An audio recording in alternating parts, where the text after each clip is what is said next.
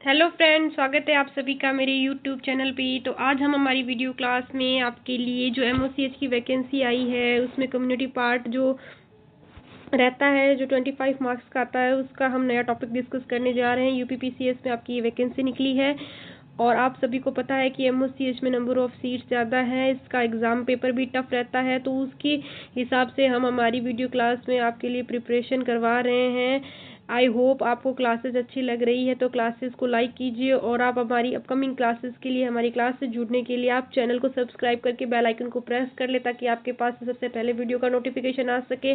और कोई इन्फॉर्मेशन चाहिए तो आप हमारे टेलीग्राम चैनल पर जुड़ सकते हैं। और अगर आपको सारी क्लासेस की पीडीएफ चाहिए जिनमें हम आपको स्मार्ट स्टडीज़ के साथ विद नोट्स और थ्योरी प्लस एमसीक्यूज करा रहे हैं, हम हमारी हर क्लास के अंदर आपको जो भी रेलेवेंट टॉपिक है उसके एमसीक्यूज करवाते हैं। ये आपके एग्जाम ओरिएंटेड हिसाब से ही एमसीक्यूज बनाए जाते हैं, बिकॉज ये आपके प्रीवियस पेपर को एनालिसिस करके ही मैंने आपके लिए एमसीक्यूज रेडी किए हैं थ्रू आउट द टॉपिक जो हम पढ़ते हैं हमारी क्लास के अंदर।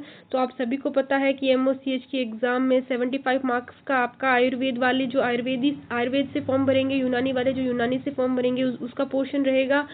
और 50 का मार्क्स का आपका यूपी का जीके जीएस रहेगा, रिमेनिंग 25 मार्क्स का आपका कम्युनिटी पार्ट रहेगा। तो अब हम 25 मार्क्स का आपका कम्युनिटी पार्ट कर रहे हैं। इसमें हम आज का टॉपिक है हमारी क्लास का prevention and control of deafness. हम डेफनेस के बारे में पढ़ेंगे, ये भी एक इम्पॉर्टेंट टॉपिक है। तो सबसे पहले हम इंट्रोडक्शन के बारे में देखते हैं डेफनेस के बारे में। डेफनेस रेफर्स टू पार्शियल और कंप्लीट लॉस ऑफ हियरिंग। अब डेफनेस का मतलब होता है पार्शियल या फिर कंप्लीट लॉस हो जाता है हियरिंग का, यानी सुनने का।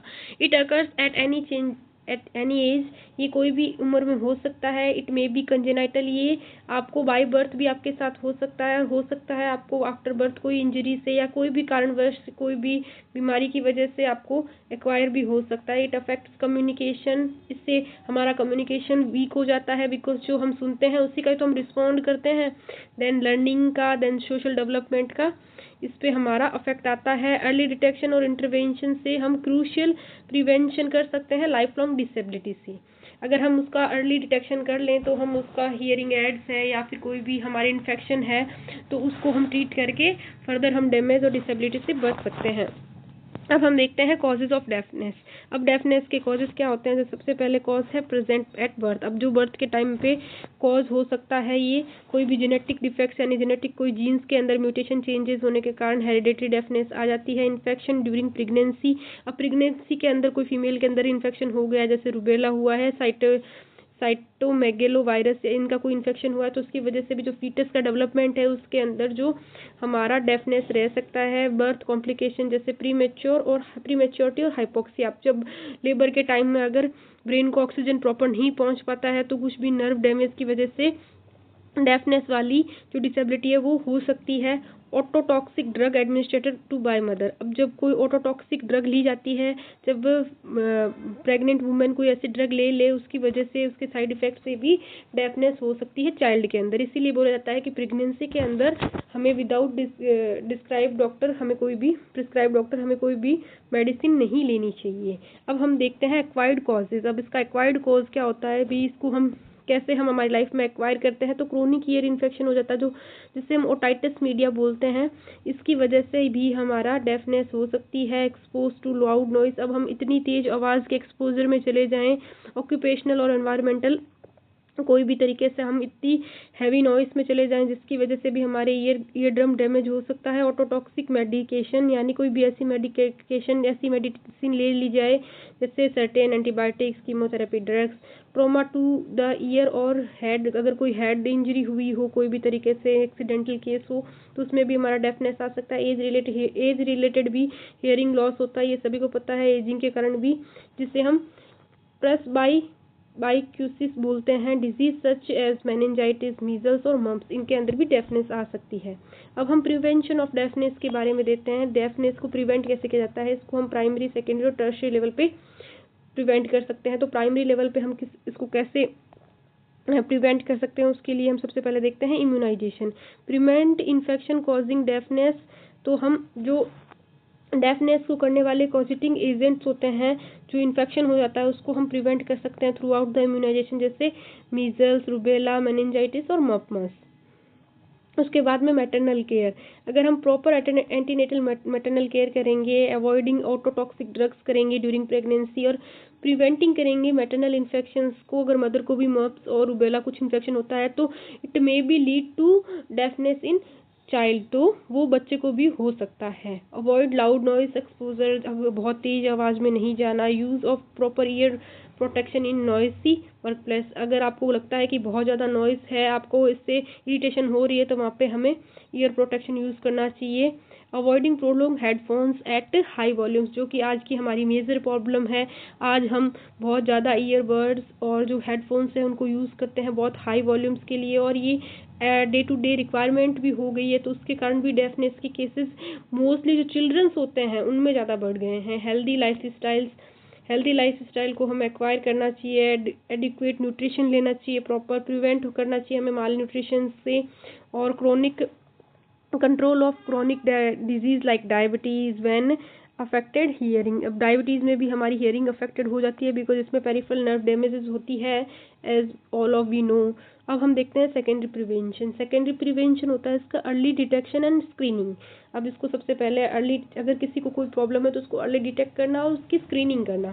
Newborn hearing screening programmes, newborn के लिए हियरिंग स्क्रीनिंग प्रोग्राम्स चलाने चाहिए जो स्कूल लेवल्स पे भी हो। Regular audiometry for high risk groups, जो हाई रिस्क ग्रुप्स होते हैं जिनमें हमें लगता है कि इनके डेफनेस के कॉज बहुत ज़्यादा जल्दी प्रोन टू डेफनेस होते हैं, उनके अंदर हमें ऑडियोमेट्री का यूज़ करना चाहिए। ट्रीटमेंट ऑफ ईयर इन्फेक्शन, अगर हमें कोई भी प्रकार का एक्यूट या क्रॉनिक ईयर इन्फेक्शन है तो उसको अर्ली मैनेजमेंट करना चाहिए, जैसे ओटाइटिस मीडिया हुआ, और अप्रोप्रिएट यूज़ करना चाहिए एंटीबायोटिक्स का। Medical management of chronic disease that may be contribute to hearing loss. अब हम टर्शियरी प्रिवेंशन पे जाते हैं। अगर किसी को किसी कारणवश एक्सीडेंटल या बाय बर्थ अगर डेफनेस है तो उसको हम कैसे प्रिवेंट करते हैं, तो रिहैबिलिटेशन के द्वारा through out the hearing aids, जो हम कान की मशीन लगाते हैं सुनने के लिए, कॉक्लियर इम्प्लांट्स जिनके लिए हम कॉक्लियर इम्प्लांट्स जिनकी सीवियरिटी का लेवल ज़्यादा होता है, और speech therapy and auditory training भी हम दे सकते हैं रिहैबिलिटेशन और टर्शियरी फेज में।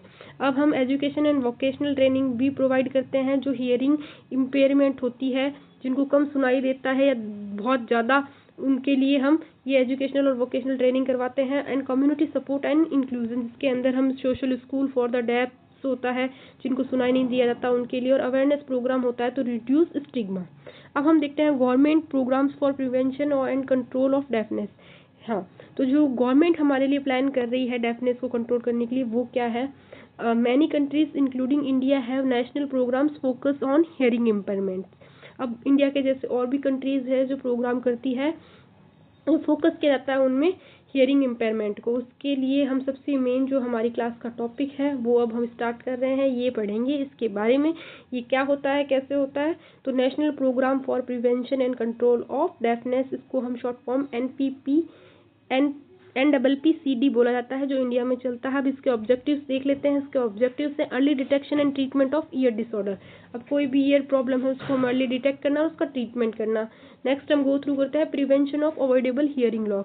हमें प्रिवेंट करना चाहिए कि जो हमारी हियरिंग लॉस को और ज़्यादा बढ़ा रहे हैं उनको, रिहेबिलिटेशन पे फोकस करना चाहिए जो ऑलरेडी डेफ हैं उनका। ठीक है, स्ट्रेटजीज देख लेते हैं। हेल्थ प्रमोशन करना, public awareness for ear care and noise hazard, ear care services जैसे primary ear care clinics, identification and treatment of ear infections, hearing.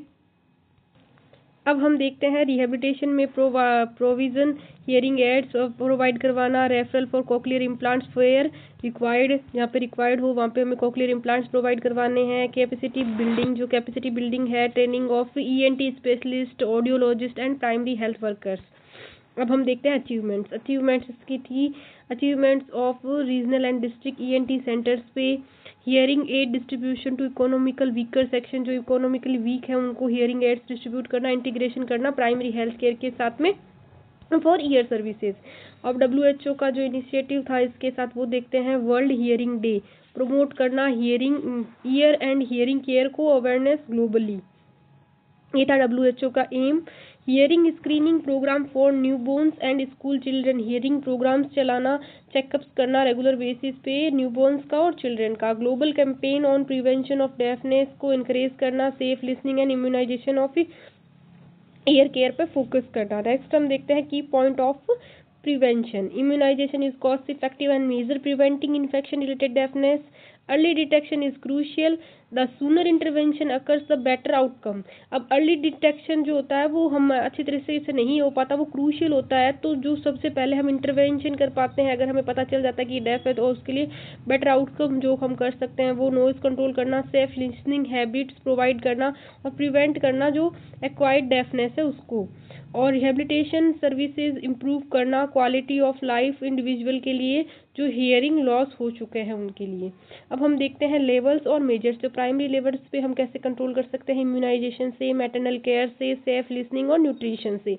Secondary level पे अगर किसी को डेफनेस है तो उसका अर्ली डिटेक्शन करना, treatment of ear infection and audiometry use करना। टर्शियरी लेवल पे हम ईयरिंग्स एड्स प्रोवाइड करते हैं, कॉक्लियर इम्प्लांट्स प्रोवाइड करते हैं, स्पीच थेरेपी प्रोवाइड करते हैं और वोकेशनल ट्रीटमेंट प्रोवाइड करते हैं। अब जो हम इस प्रोग्राम की डिटेल्स पढ़ेंगे सारा, national programme for prevention and control of deafness, इसके इंट्रोडक्शन हमने देख लिया था। Hearing loss and deafness are significant public health problems in India, hearing impairment can, ये सब हम पढ़ चुके हैं। और उसके लिए जो है गवर्नमेंट ऑफ इंडिया ने ये प्रोग्राम स्टार्ट किया था प्रिवेंशन और कंट्रोल करने के लिए, और ये प्रोग्राम हमारा स्टार्ट हुआ था 2006 में under the ministry of health and family welfare के तहत। तो ये चीज़ आपको याद रखनी है कि प्रोग्राम कब स्टार्ट हुआ था, 2006 के अंदर, और ये किसके तहत, किस मिनिस्ट्री का इसमें रोल था, तो ministry of health and family welfare. Next हम इसके ऑब्जेक्टिव्स देख लेते हैं। तो इसका मेन गोल्स था रिडक्शन करना the burden of hearing loss in population, early identification and treatment of ear disease, early identify करना और उसका ट्रीटमेंट करना, prevent avoidable hearing loss through the health promotion and immunisation.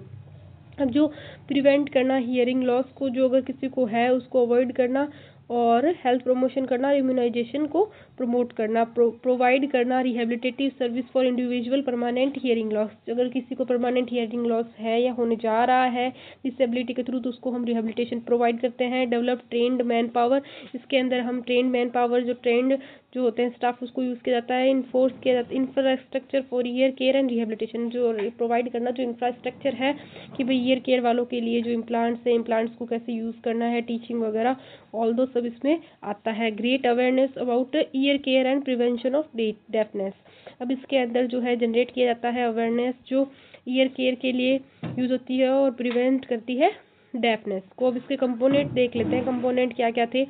Main था इसका prevention, early detection and rehabilitation, इन तीन चीज़ों पे फोकस किया गया है। इसके अलावा health promotion and prevention, educated the public about ear care and importance of hearing, promote safe listening practice, avoiding loud music, use of car protection in industrial setting. अब इसके लिए हमें प्रमोट करना सेफ पार्टिकल्स, जैसे avoid करना हमें तेज़ आवाज़ की म्यूज़िक को, और यूज़ करना हमें कार के अंदर प्रोटेक्शन को जो इंडस्ट्रियल सेटिंग्स के हिसाब से, इनक्रेज करना इम्यूनाइजेशन को, तो प्रिवेंट करने के हिसाब से हमें डेफनेस को, जैसे मीजल की वैक्सीन, रूबेला की, मम्स की और मेनिंजाइटिस को हमें प्रिवेंट करना। प्रिवेंट ऑटोटॉक्सिक ड्रग का एक्सपोजर, जो मोस्टली हम कोई भी ड्रग ले लेते हैं, हमें विदाउट प्रिस्क्रिप्शन कोई भी ड्रग नहीं लेनी चाहिए। प्रमोट करना maternal and child health care को, reduce congenital deafness. Early detection and treatment के अंदर हमें स्क्रीनिंग होती है न्यूबॉर्न की, स्कूल चिल्ड्रन की और हाई रिस्क ग्रुप्स की जिसमें हियरिंग लॉस हो रखा होता है। Identification and treatment for hearing infection, जैसे ओटाइटिस मीडिया और वैक्स इम्पेकेशन, जिसका कि अगर कान के अंदर बहुत ज़्यादा वैक्स कलेक्ट हो गया हो, और ओटाइटिस मीडिया जो कान की इन्फ्लेमेशन इन्फेक्शन है उसका भी ट्रीटमेंट करना, अर्ली डिटेक्ट करना कि कान के अंदर प्रॉब्लम क्या है। Management of sensorial hearing loss through timely referral, अगर किसी को सेंसुरियल हियरिंग लॉस हो रहा है तो उसको टाइमली रेफरल करना। ऑडियोलॉजिकल सर्विस इंक्लूड करना, जैसे प्योर टोन ऑडियोमेट्री और brain stem evoked response audiometry, इनके थ्रू हम टेस्ट कर सकते हैं ये कि भाई कौन से लेवल की हमारे डेफनेस है। Integration with primary health care for year and hearing services, अब प्राइमरी हेल्थ केयर पे भी ईयर और हियरिंग लॉस के लिए जो है फैसिलिटी प्रोवाइड करवाना इस प्रोग्राम के तहत। और रिहेबिलिटेशन के अंदर इसमें हम जो प्रोवाइड करवाते हैं पेशेंट को हियरिंग एड्स, जो परमानेंट हियरिंग लॉस हो जाती है उनको इम्प्लांट्स प्रोवाइड करवाते हैं। सीवियर और प्रोफाउंड हियरिंग लॉस के लिए स्पीच थेरेपी एंड ऑडियोट्री ट्रेनिंग भी करवाई जाती है, जो डेफ होते हैं उनको vocational training and support for hearing impairment individual, vocational training भी करवाई जाती है और सपोर्ट भी किया जाता है हियरिंग इम्पेयर्ड इंडिविजुअल्स को। Development of special schools develop किए जाते हैं इंडिविजुअल एजुकेशन के लिए जो पर्सन डेफ होते हैं उनके लिए। इम्प्लीमेंटेशन स्ट्रेटेजीज देखते हैं, एस्टेब्लिशमेंट करना ENT क्लिनिक्स को एंड रेफरल सेंटर्स पे, regional ENT centres at medical colleges and district ENT centres, identification treatment and rehabilitation. अब कैपेसिटी बिल्डिंग्स के अंदर देखते हैं कि कैपेसिटी बिल्डिंग के अंदर क्या आता है। ट्रेनिंग देना ENT स्पेशलिस्ट को, ऑडियोलॉजिस्ट को, स्पीच थेरेपिस्ट को और प्राइमरी हेल्थ वर्कर्स को। वर्कशॉप्स ऑर्गेनाइज करना स्कूल टीचर और identifying hearing problem in childrens के लिए कि उनको समझाना कि उनको कैसे बिहेव करना है उनका सोसाइटी में, उनके साथ में उनको ऐसा फील नहीं करवाना कि वो एक अलग पर्सन है, और उनको कोऑपरेट करना और उनका प्रॉपर रिहेबिलिटेशन के लिए उनको रेफर करना। Integration with other health programmes. अब NPCD का जो है इसका किसके साथ, अदर प्रोग्राम्स के साथ इसको इंटीग्रेट किया गया था, तो इनको रिप्रोडक्टिव चाइल्ड हेल्थ RCH के साथ इंटीग्रेट किया गया, स्कूल हेल्थ प्रोग्राम्स के साथ इंटीग्रेट किया गया और नेशनल इम्यूनाइजेशन प्रोग्राम के साथ इंटीग्रेट किया गया ताकि इसके साथ इसका आउटकम बहुत अच्छा आ सके। पब्लिक अवेयरनेस में जो हेल्थ एजुकेशन कैंपेन चलाया गया, रेडियो, TV और प्रिंट मीडिया के थ्रू अवेयरनेस फैलाना और awareness about year care, safe listening और ईयर ट्रीटमेंट और ईयर डिजीज के लिए कि हमें कान की सफाई कैसे करनी चाहिए, अनवांटेड चीज़ों को अंदर कान के अंदर नहीं डालना चाहिए, अगर कान से सुनाई नहीं देता है, एक कान से सुनाई नहीं देता है, उसके लिए हम डॉक्टर को गो थ्रू करें। Monitoring and evolution, regular reporting of programme activities at state and national level, survey किया गया to estimate prevalence of hearing loss और monitoring and distribution of usages of hearing aids, और evolution किया गया school based training से, screening programme से। अब इसके अचीवमेंट्स क्या क्या हुए, establishment of district and regional ENT centres across the country. अब इस्टेब्लिश किए गए सेंटर जो डिस्ट्रिक्ट और रीजनल ENT सेंटर्स जो हमारे अक्रॉस द कंट्री किए गए, पूरी कंट्री में अलग अलग सेंटर स्थापित किए गए ENT के। Hearing aids provide to children and adult with permanent hearing loss, hearing aids provide किए गए चिल्ड्रन को जिनके अंदर परमानेंट डेफनेस थी। अर्ली डिटेक्शन किया गया हियरिंग इम्पेयरमेंट्स का न्यूबॉर्न के अंदर और स्कूल चिल्ड्रन के अंदर। ट्रेनिंग प्रोवाइड की गई पर्सनल इन ENT केयर को और ऑडियोलॉजिस्ट को, स्पीच थेरेपिस्ट को। इंक्रीज अवेयरनेस की गई है year health among general public को। अब हम इसमें चैलेंजेस देखते हैं। अगर हम कोई भी इनिशिएटिव लॉन्च करते हैं तो उसमें सोफा काफ़ी चैलेंजेस आते हैं। इसमें सबसे पहला चैलेंज था lack of awareness in rural areas. Rural areas में जो अवेयर नहीं थे उनको अवेयर करना अबाउट द डेफनेस।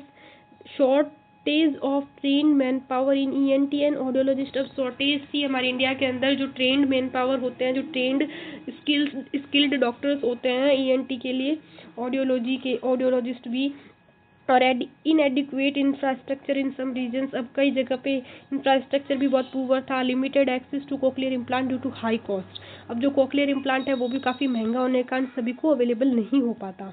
अब की recommendation for strengthening of NPCD, अब डेफनेस प्रोग्राम के की रिकमेंडेशन क्या थे कि स्ट्रेंथन करना प्राइमरी हेल्थ केयर सर्विस को, विलेज और डिस्ट्रिक्ट लेवल पे एक्सपांड करना newborn and school hearing screening programme को, अब स्कूल में प्रोग्राम को चलाना जिससे हम अवेयर कर पाएँ और अगर कोई केस है तो उसको डिटेक्ट कर पाएँ। डेफनेस का स्ट्रेंथन करना, इसके लिए हम प्राइमरी लेवल पे गाँव में और डिस्ट्रिक्ट लेवल्स पे डॉक्टर्स को इंश्योर करना। Timely provision of hearing aids and cochlear implants को इंक्रीज करना। Trainings for health care workers की ट्रेनिंग को बढ़ा देना, उनके लिए टाइम टू टाइम मीटिंग्स और वर्कशॉप्स अरेंज करना। Promote community awareness campaigns for prevention of deafness. अब डेफनेस के लिए कैंपेन चलाना, NGOs वगैरह को इन्वॉल्व कर लेना इसके अंदर। Improve data collection and monitoring of programme outcome. अब हम कोई भी अगर NGO के साथ मिलकर कोई भी अवेयरनेस और प्रोग्राम चलाते हैं तो उसमें हम डेटा कलेक्ट कर सकते हैं कि इतने पर्सन हमारे पास में जो है अवेयर हैं, इतने पर्सन्स को इसमें से डिसेबिलिटी है, वो सब चीज़ें हम उससे कलेक्ट कर सकते हैं और उसके थ्रू हम डेटा कलेक्शन किया जा सकता है। अब हमने जो ये हमारा टॉपिक पढ़ा है उसके बेसिस पे हम आपको MCQs करवा रहे हैं। जैसा कि आप सभी को पता है हम हमारी क्लास में आपके लिए थ्योरी प्लस MCQs लाते हैं। तो हमारा पहला क्वेश्चन है, in which year was national programme for prevention and control of deafness launched in India.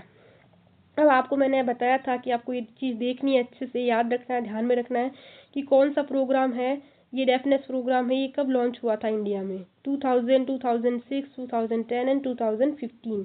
तो ऑल ऑफ यू नो 2006 में ये लॉन्च हुआ था। और ये आपके एग्ज़ाम ओरिएंटेड क्वेश्चन है, आपके एग्ज़ाम में ऐसे क्वेश्चंस आते हैं। मैंने प्रीवियस पेपर को एनालिसिस करके आपके लिए क्वेश्चंस बनाए हैं। जो हमने थ्योरी पढ़ी है उसी के हम एमसीक्यू करवा रहे हैं। थ्योरी हमने शॉर्ट, स्वीट और स्मार्ट पढ़ी है, तो उसी के हिसाब से हम क्वेश्चन करा रहे हैं। और अगर आपको हमारा वीडियो अच्छा लगता है तो आप हमारे वीडियो को लाइक जरूर कीजिए, because your like is enhance my motivation. आपका लाइक मेरा मोटिवेशन बढ़ाता है। और आप चैनल को भी सब्सक्राइब कीजिए, बिकॉज अपकमिंग क्लासेस की नोटिफिकेशन आपके पास में पहुंच जाती है। नेक्स्ट क्वेश्चन देखते हैं, what is the main objective of NPPCD? अब इस प्रोग्राम का मेन ऑब्जेक्टिव क्या था? To provide hearing aids only, to prevent, identify and rehabilitate hearing loss, to promote cochlear implants exclusively, to focus on cardiovascular disease. तो आप सभी को पता है to prevent, identify and rehabilitate hearing loss इस programme का मेन ऑब्जेक्टिव था। Next question है हमारा, which of the following is the primary prevention strategies under NPPCD? तो इसका प्राइमरी प्रिवेंशन क्या था? Cochlear implants, health education and immunisation, speech therapy और वोकेशनल ट्रेनिंग। तो आप सभी को पता है हेल्थ एजुकेशन और इम्यूनाइजेशन को इसमें प्रमोट किया गया है, प्राइमरी प्रिवेंशन स्ट्रेटजीज है इसकी। नेक्स्ट क्वेश्चन है, which group is screened first for hearing loss under NPPCD? अब ऑप्शन ए है एल्डरली, ऑप्शन बी है adult with chronic disease, option number C है newborns and school children, option number D है industrial workers. तो इसका सही answer होगा newborn's and school children's को है सबसे पहले स्क्रीनिंग की जाती है। विच ग्रुप इज ये हमारा क्वेश्चन हो गया था। Which of the following is not a component of NPPCD? अब जो है इसका कंपोनेंट नहीं है। Health promotion and prevention, early detection and treatment, rehabilitation and cardiac bypass surgery. तो कार्डियक बाईपास सर्जरी है जो इसका हमारा कंपोनेंट नहीं है। Which health care workers are train under NPPCD? अब NPPCD के अंदर किस वर्कर्स को ट्रेन किया गया है? तो आप ये देख लीजिए, एक बात आपने नोटिस की होगी कि हमेशा क्वेश्चन के अंदर शॉर्ट फॉर्म आ रही है, तो इस शॉर्ट फॉर्म से ही आपको क्वेश्चन रेज होगा। तो आपको शॉर्ट फॉर्म की फुल फॉर्म अच्छे से याद कर लेनी है। कई बार आप कंफ्यूज हो जाओगे अपने एग्जाम में कि कौन से प्रोग्राम के बारे में कौन सा क्वेश्चन पूछा जा रहा है। तो ऑप्शन नंबर ए है ENT specialist, audiologist, speech therapist and primary health care workers, only surgeon, dentist and pharmacist only. तो आप सभी को पता है ENT specialist, audiologist, speech therapist और प्राइमरी हेल्थ वर्कर्स को इसमें इन्वॉल्व किया गया था। Which is the common cause of preventable hearing loss targeted by NPPCD? तो ऑप्शन ए है डायबिटीज, ऑप्शन बी है otitis media and measles, option C है हाइपरटेंशन, ऑप्शन डी है अस्थमा। तो आप सभी को पता है ओटाइटिस मीडिया एंड मीजल्स को इसके अंदर कॉमन कॉज था इसका, प्रिवेंट करना था इसको हियरिंग लॉस के लिए। नेक्स्ट है हमारे पास में, under NPPCD what is provide to individual with permanent hearing loss? Hearing aids and speech therapy, only vitamin, only hospitalisation और ओनली फिजिकल थेरेपी? तो hearing aids and speech therapy. Next question है, which ministry implement the NPPCD in India? अब ये मैंने आपको बहुत जोर दे के पढ़ाया था, आप सभी को पता है ministry of health and family welfare इसका आंसर होगा। नेक्स्ट क्वेश्चन है, which is challenge faced by NPPCD in India? अब NPPCD इंडिया में क्या चैलेंज फेस करता है? Shortage of trained manpower, high awareness in rural area, overabundance of hearing aids, excessive cochlear implants. तो shortage of train manpower की कमी है हमारे इंडिया के अंदर। तो ये थी आज की national programme for control deafness prevention and programme for control deafness के बारे में हमने थ्योरी पूरी कवर की और उसके बाद में उसी थ्योरी के रेलेवेंट MCQs किए। अगर आपको ये क्लास अच्छी लगती है तो इसको लाइक, चैनल को सब्सक्राइब, और अगर कोई इन्फॉर्मेशन चाहिए तो आप हमारे टेलीग्राम चैनल से जुड़कर ले सकते हैं। तो ये आपके लिए टेस्ट सीरीज़ का जो हमने बैच लॉन्च किया है, ये एक टेलीग्राम बैच है जिसमें हमने आपके लिए जो भी अभी कम्युनिटी पार्ट की आपके यूट्यूब पे क्लासेस चल रही है विद MCQs, उसी कम्युनिटी पार्ट का सारा पोर्शन हम थ्योरेटिकल पोर्शन और MCQ पोर्शन यूट्यूब पे करवाएंगे और उसी के बिहाफ पे जो आपके एग्ज़ाम में आएगी इसके लिए इम्पोर्टेंट टेस्ट सीरीज़ लॉन्च की है। इसमें हम 15 टेस्ट रखेंगे टोटल, मेजर और माइनर टेस्ट सीरीज़ रहेगी। 12 आपके माइनर टेस्ट रहेंगे और 3 आपके मेजर टेस्ट रहेंगे। सारा आपका एग्ज़ाम ओरिएंटेड रहेगा ये टेस्ट। और जो आपके एग्ज़ाम में 25 मार्क्स का जो यूपी पीसीएस एमओसीएच में कम्युनिटी पार्ट आएगा, उसके लिए हमने ये टेस्ट सीरीज़ का बैच लॉन्च किया है और ये प्योरली आपके कम्युनिटी पार्ट का रहेगा। इसमें आपकी फ़ीस रखी है हमने 199, और जो 50 स्टूडेंट्स हैं फर्स्ट कम फर्स्ट सर्व, जो पहले आए पहले पाए, पहले जो 50 विद्यार्थी हमारे साथ स्टूडेंट्स जुड़ेंगे उनके लिए हमने फीस को 199 रखा है। बाद में हम हमारी फ़ीस को बढ़ा देंगे। और ये टेस्ट सीरीज़ आपके लिए पीडीएफ फॉर्मेट में रहेगी। ये एक टेलीग्राम बैच रहेगा, और इसके बारे में आप कोई भी जानकारी चाहिए आपको तो आप हमारे टेलीग्राम पे डीएम करके भी पूछ सकते हैं। ये हमारे व्हाट्सएप नंबर है। अगर आपको ये टेस्ट सीरीज़ ज्वाइन करनी है तो आप वहाँ पे लिखकर हाय लिखकर यूपी पीसीएस एमओसीएच टेस्ट सीरीज़ लिखते ही कम्युनिटी पार्ट की जो हमने क्लासेस ले रहे हैं उसकी सारी हम टेस्ट लॉन्च करेंगे आपके लिए। और मोस्ट प्रोबेबली आपके ये टेस्ट मकर संक्रांति के बाद में स्टार्ट हो जाएंगे, तो आप ज्वाइन कर सकते हैं हमारे ये लक्ष्य बैच, जो आपके लिए फ़िलहाल कम्युनिटी पार्ट के लिए ही जो 25 मार्क्स का आपका पोर्शन आएगा यूपी पीसीएस एग्ज़ाम में, उसके लिए बनाया गया है। और मिलते हैं हम हमारी नेक्स्ट क्लास में नेक्स्ट टॉपिक के साथ। Thank you.